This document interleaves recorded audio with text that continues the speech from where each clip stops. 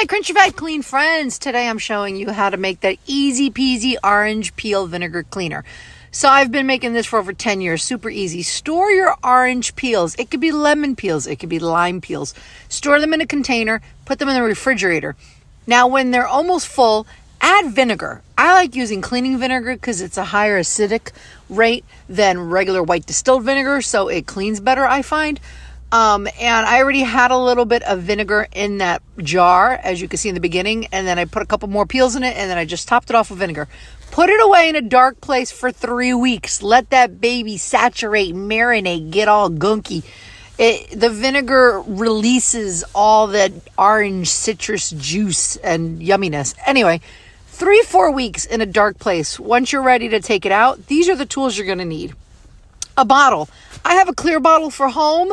If you're going to add essential oils into it, it's best to use a dark bottle. But if it's just the vinegar and you're going to use it for home, a clear bottle's fine. Or glass or plastic, that's fine. Get a sifter. You see that thing I put down there? You absolutely have to use a sifter, and I'm going to tell you why. Now, you can just keep this as vinegar cleaner. Add a little bit of water if you want. You could just keep it the way it is with the citrus vinegar. I like to add Thieves cleaner into mine to give it a little bit more cleaning power, and I love the scent. But you don't have to. You want to add essential oils, you could do that, but you don't have to. You can keep it with just the vinegar citrus, or you can play around with it like I am. Anyway, the whole key is you have to sift. You have to use that sifter. If not, as you're pouring the vinegar solution or as you're squeezing the vinegar solution out of the pulp, you're going to get chunks of orange or lime or lemon into your bottle. And those little tiny chunks are going to clog the tube of your spray bottle, and you don't want clogged tubes.